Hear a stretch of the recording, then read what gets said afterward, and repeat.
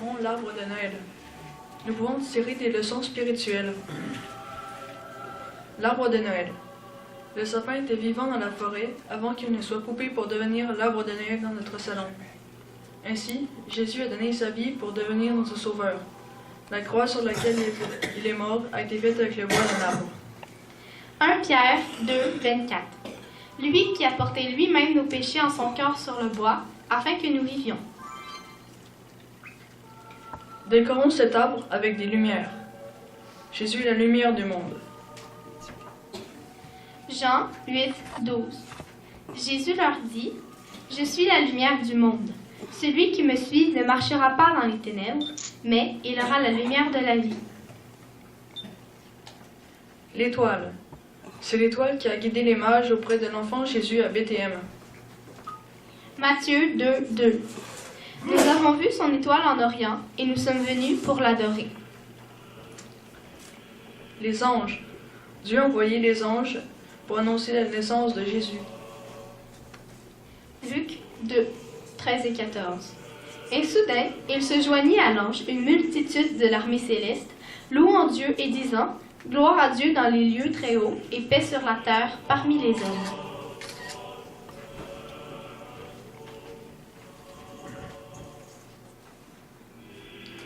La colombe. Le Saint-Esprit descendit en forme d'une colombe lorsque Jésus a été baptisé.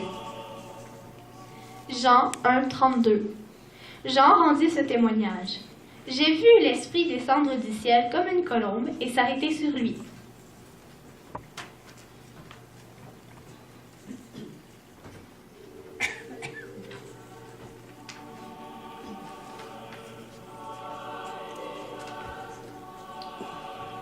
Les bas. Nous portons des bas à nos pieds tous les jours pour marcher. Éphésiens 4, 17. Voici donc ce que je dis et ce que je déclare dans le Seigneur. Vous ne devez plus marcher comme les païens qui marchent selon la vanité de leurs pensées. 1 Jean 2, 6. Celui qui dit demeurer en lui doit marcher aussi comme lui a marché. Romains 10, 15. Quels sont beaux les pieds de ceux qui annoncent la paix, de ceux qui annoncent de bonnes nouvelles. Les boules. Les boules en couleur reflètent les lumières dans l'arbre. 2 Corinthiens 3, 18. Nous tous reflétons comme un miroir la gloire du Seigneur. Hébreux 1, 3. Le Fils reflète la splendeur de la gloire divine. Il est la représentation exacte de ce que Dieu est. Est-ce que je reflète le caractère de Jésus par mes actions et mes paroles?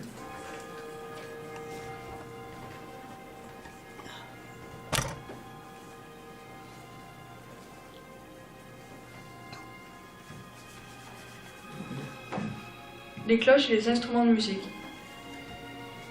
Ésaïe 38, 20. L'Éternel était là pour venir nous sauver. Nous ferons résonner nos instruments tous les jours de la vie dans le temple de l'Éternel. Ésaïe 42, 10. En l'honneur du Seigneur, chantez un chant nouveau. Chantez ses louanges aux extrémités de la terre. Psaume 150. Louez-le au son de la trompette. Louez-le avec le luth et la harpe. Louez-le avec les instruments à cordes. Que tout ce qui respire loue l'Éternel.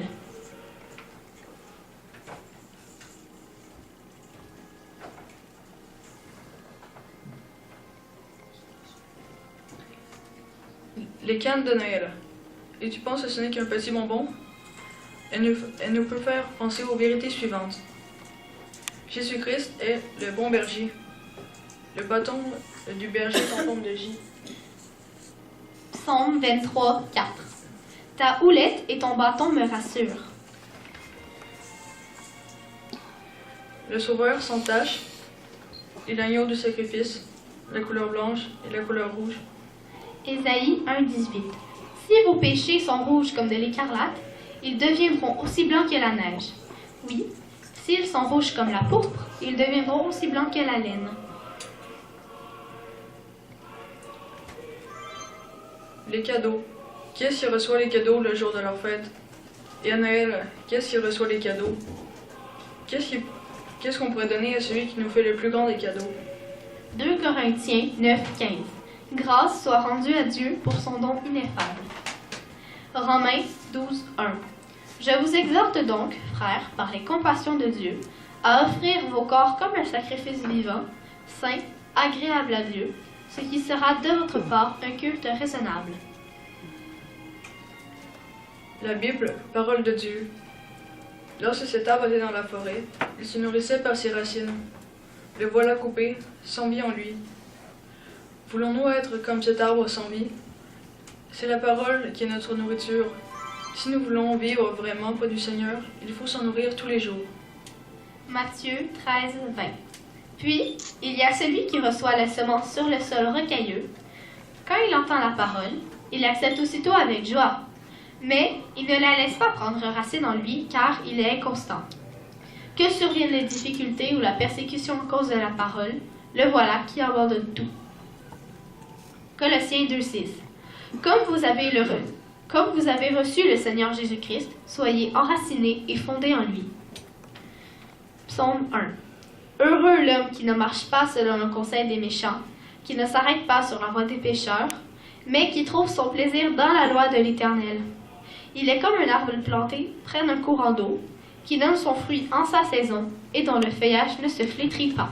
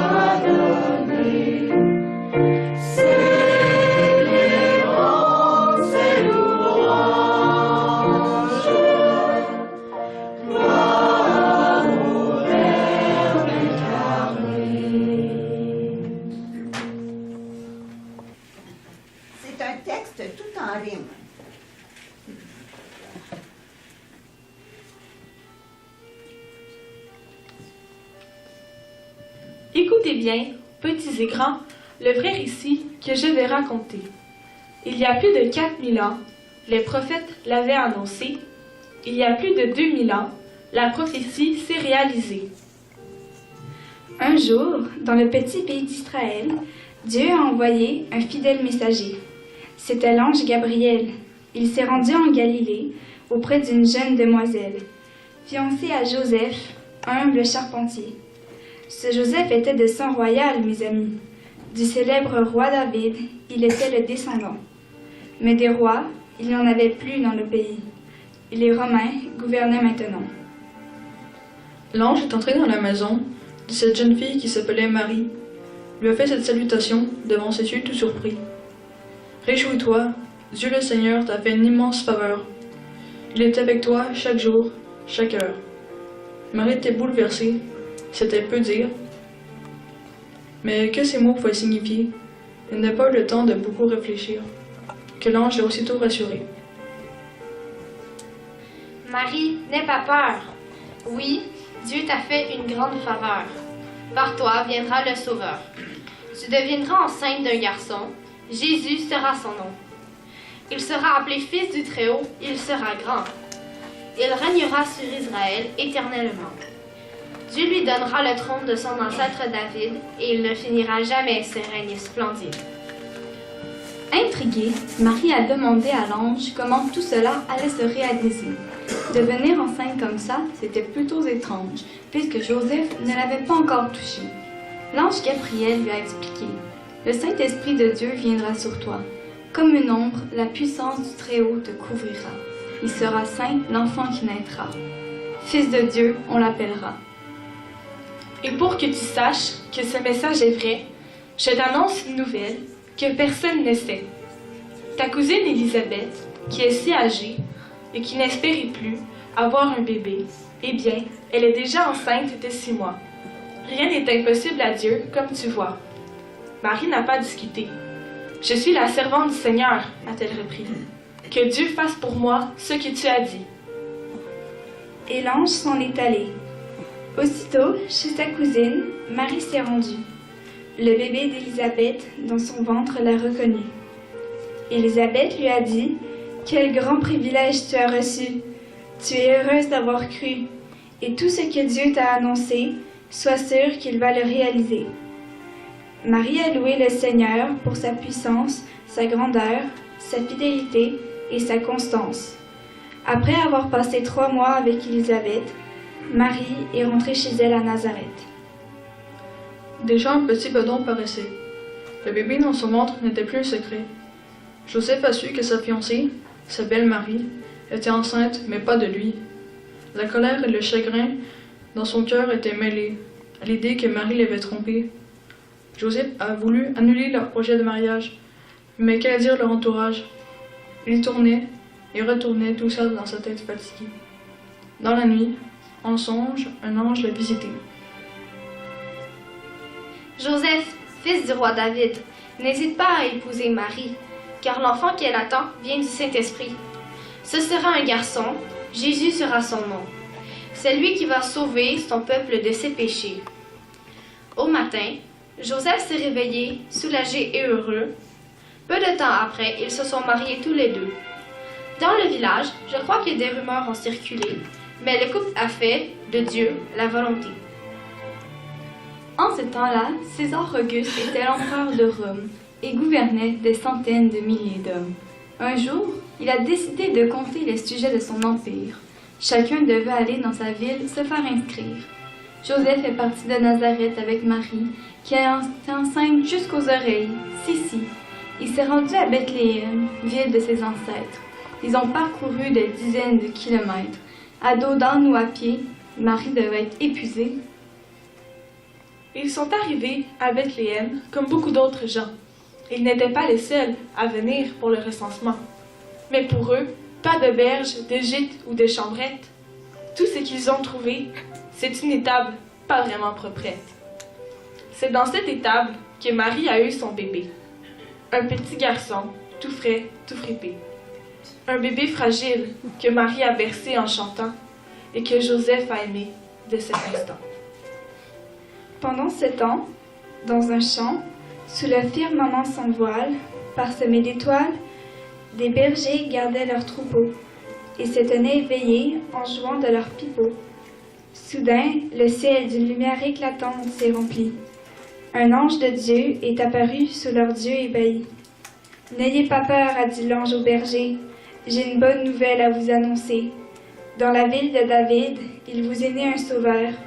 C'est le Messie promis par le Seigneur. Voici comment vous le reconnaîtrez.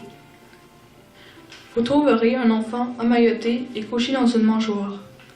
Et après, dans la fraîcheur du soir, des milliers d'anges vont entonner dans le ciel un chant de louange à l'Éternel. Gloire, gloire à Dieu dans les cieux élevés. Paix sur la terre aux hommes de bonne volonté. Puis le silence est revenu, les anges ont disparu. Les bergers se sont regardés, émerveillés. Il ne faut pas rester ici, figés. Vite, à Bethléem, il faut courir. Cet enfant, nous devons le découvrir. Dans une étable, ce ne sera pas compliqué. Dans une mangeoire, il sera facile à trouver. Les bergers n'ont fait ni une ni deux, laissant là leur troupeau aux soins de Dieu. Ils se sont rendus à Bethléem à toute vitesse et fouillé les étables sans trop de politesse. Et là, ils l'ont vu, de leurs yeux vus, un petit bébé emmailloté, tout frais, tout fripé. Dans cette mangeoire misérable, le Sauveur semblait si vulnérable. Le Dieu très haut sur la terre avait paru, d'un corps de chair il s'était revêtu, afin de partager notre humanité. Les bergers ont raconté à Joseph et Marie tous les événements de cette nuit, les anges, la bonne nouvelle du Sauveur, les chants de louange, la gloire du Seigneur. Puis, ils sont retournés à leur troupeau en prenant soin de raconter bien haut à ceux qu'ils rencontraient ce que le Seigneur avait fait. Durant ce même temps, pour annoncer la naissance de l'enfant, le Créateur du ciel et de la terre a fait paraître une étoile particulière. En Orient, les astronomes l'ont repérée. Ces mages, hommes de science très cultivés, ont su que cette étoile était celle d'un roi qui venait de naître chez les Juifs, non loin là-bas. Pleins d'émotions, ils ont fait leur bagage pour entreprendre un long voyage, afin de rendre leurs hommages à ce roi dont l'étoile était le présage. Et pendant des semaines et des mois, malgré la chaleur et le froid, leur caravane chargée de cadeaux a avancé par monts et par vaux, le long des rivières, à travers les déserts. Ils ont suivi l'étoile qui leur montrait le chemin, remplis de confiance dans ce signe divin. À Jérusalem, ville royale, ils se sont arrêtés. Au palais, ils se sont renseignés, excitant la jalousie, sans le savoir, du roi Hérode, assoiffé de pouvoir. Hérode avait sûrement le visage blême quand les a envoyés à Bethléem. Car c'était bien là, disait la prophétie, que devait naître le Messie. Les mages ont suivi l'étoile jusqu'au logis, où se trouvaient Jésus, Joseph et Marie. Jésus n'était plus un bébé tout frais, tout fripé, mais un petit bonhomme, peut-être haut comme 3 pommes. Les mages se sont prosternés sans hésiter. Respect et adoration, ils lui ont témoigné. Ils ont offert leur cadeau à l'enfant, de l'or, de la myrrhe et de l'encens. De l'or à cause de sa royauté, de la myrrhe à cause de son humanité, de l'encens parce qu'il est le seul médiateur entre nous et le Seigneur. Les mages sont repartis ensuite.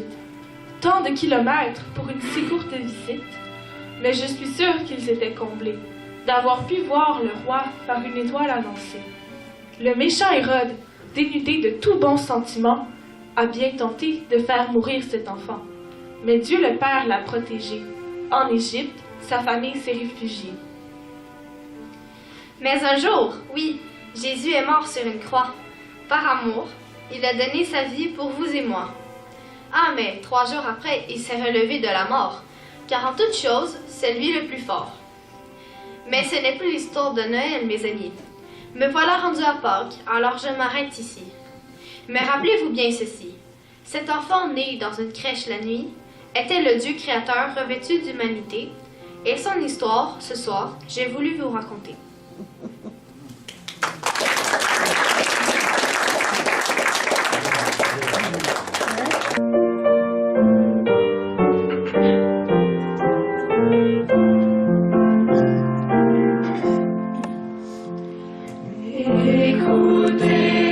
Chant des anges vient déclarer dans les airs, joignons aussi nos louanges.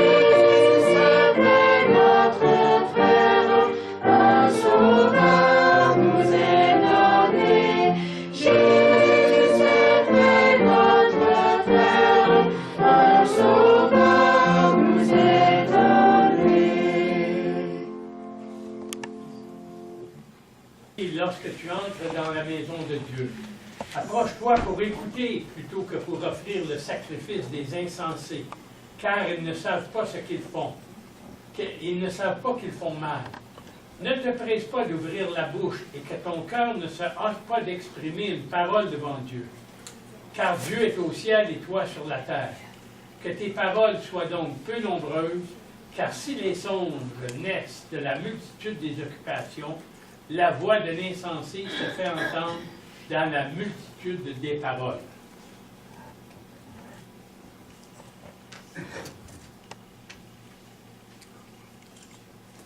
Oh, pardon, je ne vous avais pas entendu arriver. Vous êtes déjà là? Vous êtes tôt aujourd'hui. Oui, c'est bien lui. C'est Monsieur le Premier ministre. Oui, il est toujours aussi occupé, comme vous le voyez.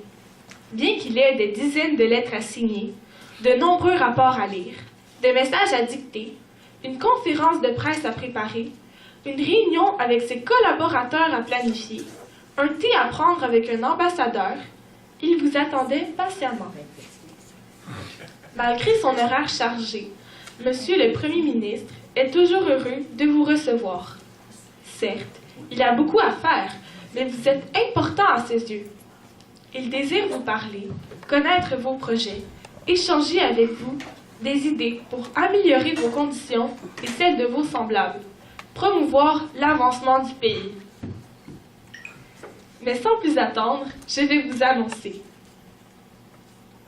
Monsieur le Premier ministre, vos invités importants sont ici. Merveilleux.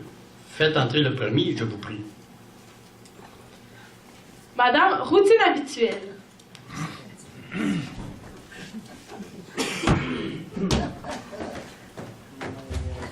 Monsieur le Premier ministre, je sais pas comment je vais faire ma journée. Je suis si fatiguée. Je récolte peu d'argent. Comment je vais pouvoir payer mon loyer? Et mon employeur ne me laisse pas un instant de répit. Voyez les augmentations de taxes, le prix de transport d'autobus, le prix de la nourriture. Faut que j'achète des vêtements pour les enfants. Je suis fatiguée, tellement fatiguée. Mon mari est encore malade, les enfants sont exigeants. Tout va mal, je n'en peux plus. Je n'ai pas la force de m'en occuper. Pourquoi est-ce toujours comme ça? Au suivant. Mademoiselle Pompeuse.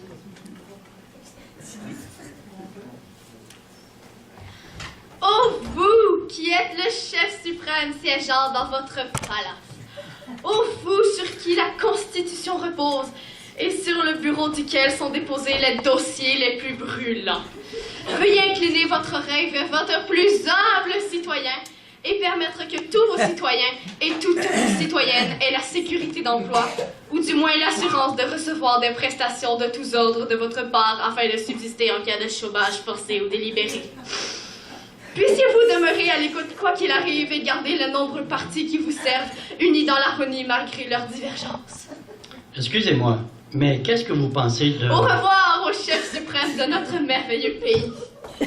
Au suivant, s'il vous plaît, mademoiselle. Monsieur Jean Dormy. Monsieur Jean Dormy.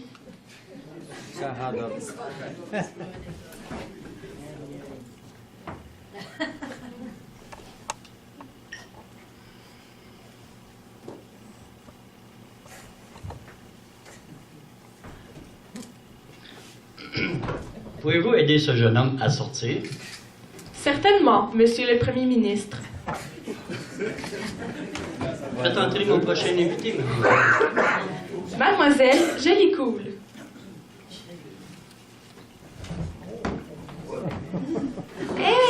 salut bonhomme, comment ça va? Malade, ta baraque, pas mal cool. C'est débile que tu m'as invité pour causer. Veux-tu que je te dise? Pour un vieux, t'es chill. Ouais, pas mal chill. T'as une belle vie, puis moi aussi j'ai une belle vie. C'est fou, hein? Ouais, ben, c'était super, faut que j'y aille. Lâche pas, bonhomme, t'es nice. Bon, c'était pas mal cool, bye. Au suivant, s'il vous plaît. Madame, moins que rien.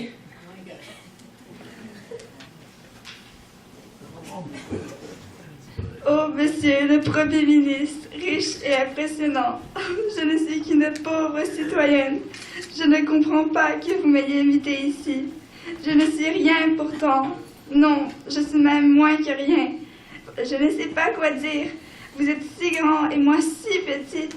Vos gardes de sécurité devraient plutôt me chasser comme une misérable, car c'est ce que je suis. Je vous en prie, relevez-vous. Vous n'avez pas besoin de faire ça. Je vous ai vraiment invité et je désire vraiment vous parler. Je ne mérite que d'être écrasée par le poids de votre autorité. Moi, être invitée par vous, c'est une erreur monumentale. Et me voilà ici. Comment pourrez-vous me pardonner de vous avoir dérangé dans vos affaires si urgentes? Oh, je suis désolée, je suis désolée, je suis désolée, je suis désolée. Faites entrer le prochain, mademoiselle. Monsieur, intérêt personnel.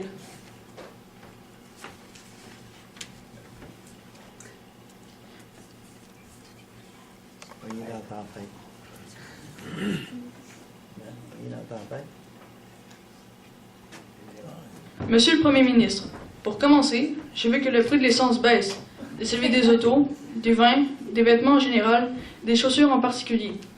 En plus, il n'y a pas assez de stationnement dans la capitale. Quand j'y vais, je tourne en rond pendant au moins une demi-heure avant de pouvoir me garer.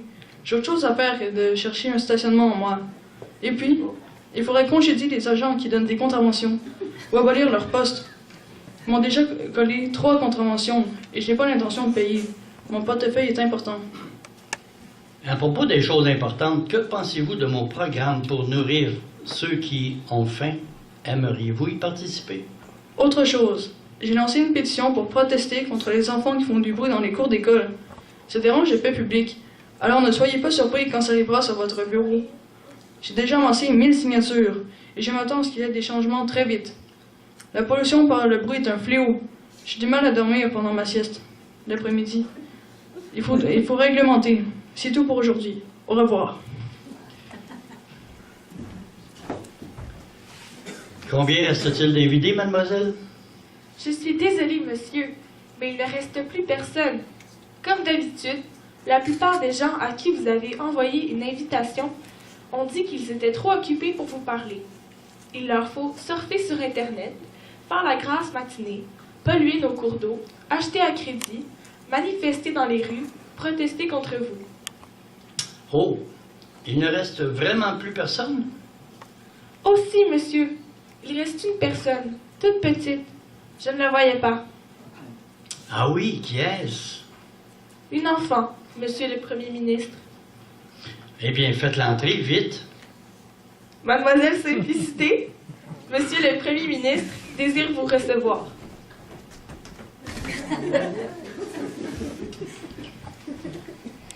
Est-ce que vous êtes vraiment le Premier ministre? Bien sûr. Est-ce que tu veux que je te donne quelque chose? Ou bien veux-tu me réciter quelque chose? Me demander quelque chose? Me dire quelque chose? Oui, je veux vous dire quelque chose. Vas-y, je t'écoute. Merci de m'avoir invité. C'est tout. Tu aimerais venir te promener dans mon jardin? Nous pourrions bavarder tranquille. Oh oui, Dis-moi, quel âge as-tu? j'ai 7 ans. Et vous, quel âge avez-vous? J'ai plusieurs fois 7 ans.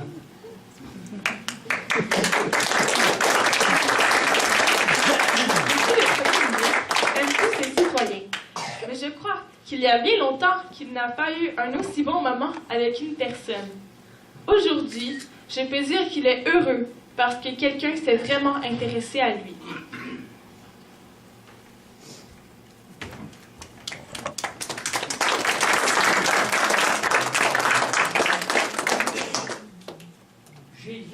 entendant cela, fut indigné et leur dit, laissez venir à moi les petits enfants et ne les empêchez pas, car le royaume de Dieu est pour ceux qui leur ressemblent. Je vous le dis en vérité, quiconque ne recevra pas le royaume de Dieu comme un petit enfant n'y entrera point.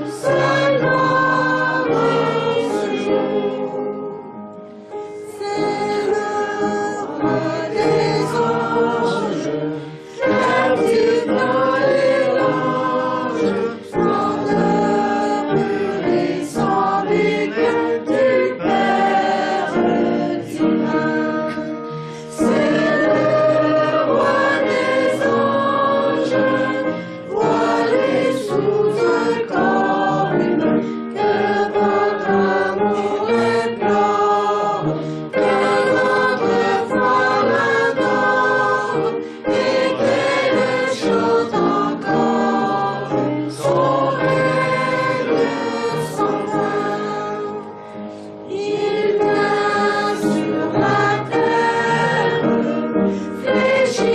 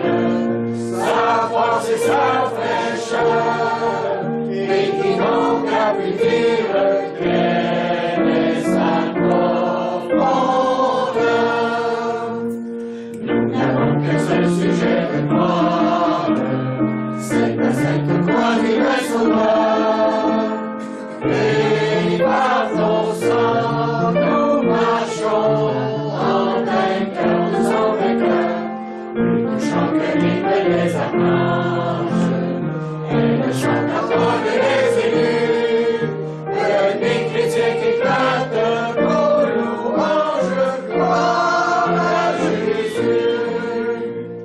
Oh, grâce qui nous donne le vrai mot du cœur et qui nous environne quand rôde le malheur. Elle a rompu nos chaînes, découvre nos forfaits, que Satan se démène, nous demeurons en paix. Nous n'avons qu'un seul sujet de gloire, c'est la sainte croix du vrai Sauveur. Et par ton sang, nous marchons en vainqueur de son vainqueur. Nous chantons l'hymne des archanges, et le chant qu'ordonne les élus. Venez chrétiens qui éclatent vos louanges, gloire à Jésus. Grâce sans fond ni rive, plus vaste que la mer, source dont les eaux vives coulent en plein désert. Par ce courant de vie, nous nous avons porté, et notre âme affranchie chante sa liberté.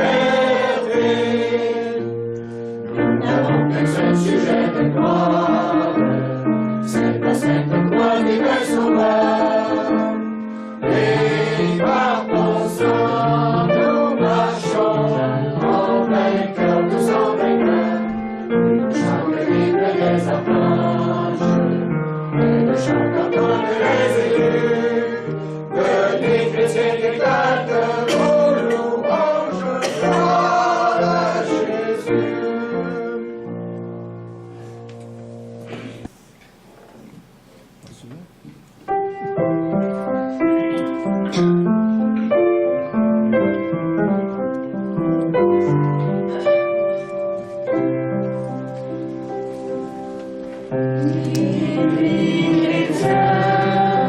C'est l'heure solennelle où l'homme Dieu descendit jusqu'à nous pour nous donner la vie éternelle et de son Père arrêter le courroux. Le monde entier tressaille d'espérance à cette nuit qui lui donne un sauveur. À genoux,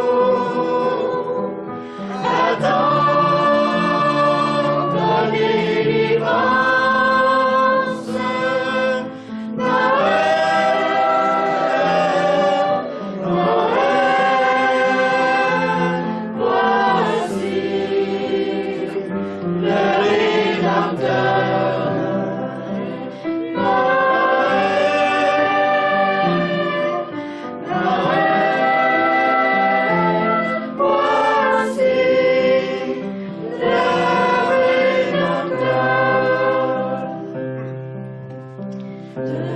Notre foi, que la lumière ardente nous guide tous au berceau de l'enfant.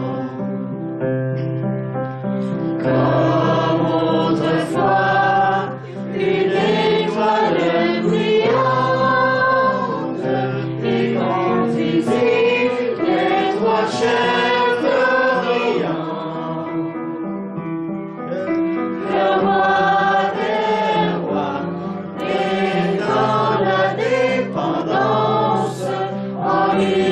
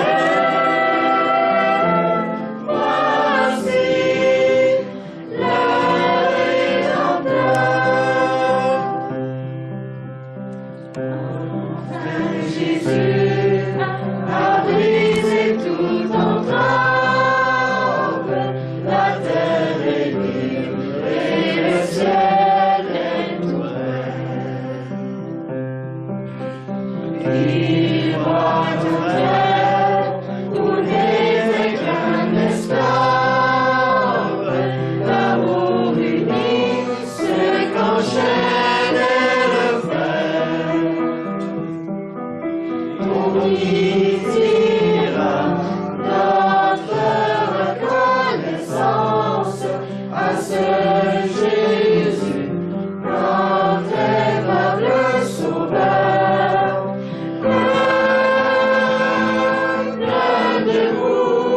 Rendez-vous, chante la délivrance, Noël, Noël, chantons le Rédempteur. Noël, Noël,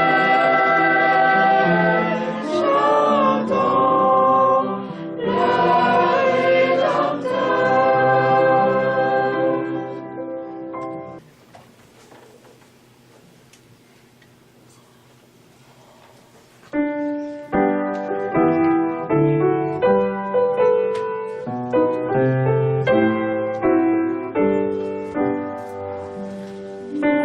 Beau sapin, roi des forêts, que j'aime ta parure. Quand vers l'hiver, bois égarés sont dépouillés de leurs affaires. Mon beau sapin, roi des forêts, que j'aime ta verdure. Toi que Noël planta chez nous, au sein d'un anniversaire, joli sapin, comme ils sont doux, et tes bonbons et tes joujoux. Toi que Noël planta chez nous, par les maintenant heureux. Mon beau sapin, tes vers sommeil et le fidèle ombrage de la foi qui ne ment jamais, de la constance et de la paix. Mon beau sapin, tes vers sommeil, notre